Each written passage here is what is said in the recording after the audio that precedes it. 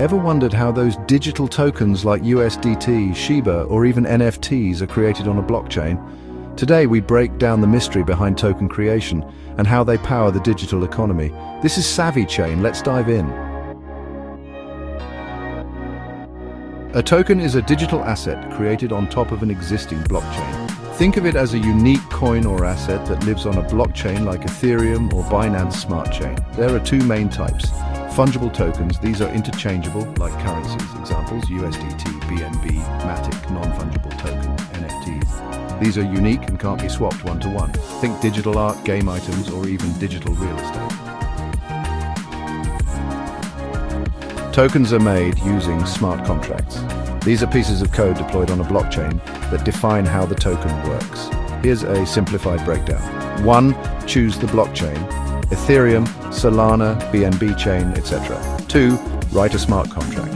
Developers use token standards like ERC-20 for cryptocurrencies, ERC-721 or ERC-1155 for NFTs.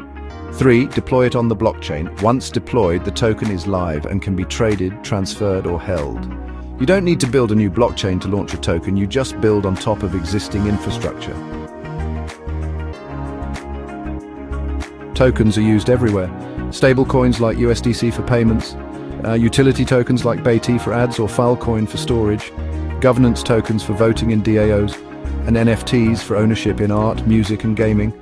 They're transforming how we build apps, fund projects, and own value online.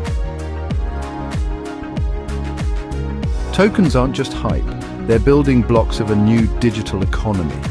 Now that you know how tokens are created, which one would you like to create someday? Drop your thoughts in the comments and don't forget to subscribe for more blockchain education every week with Savvy Chain.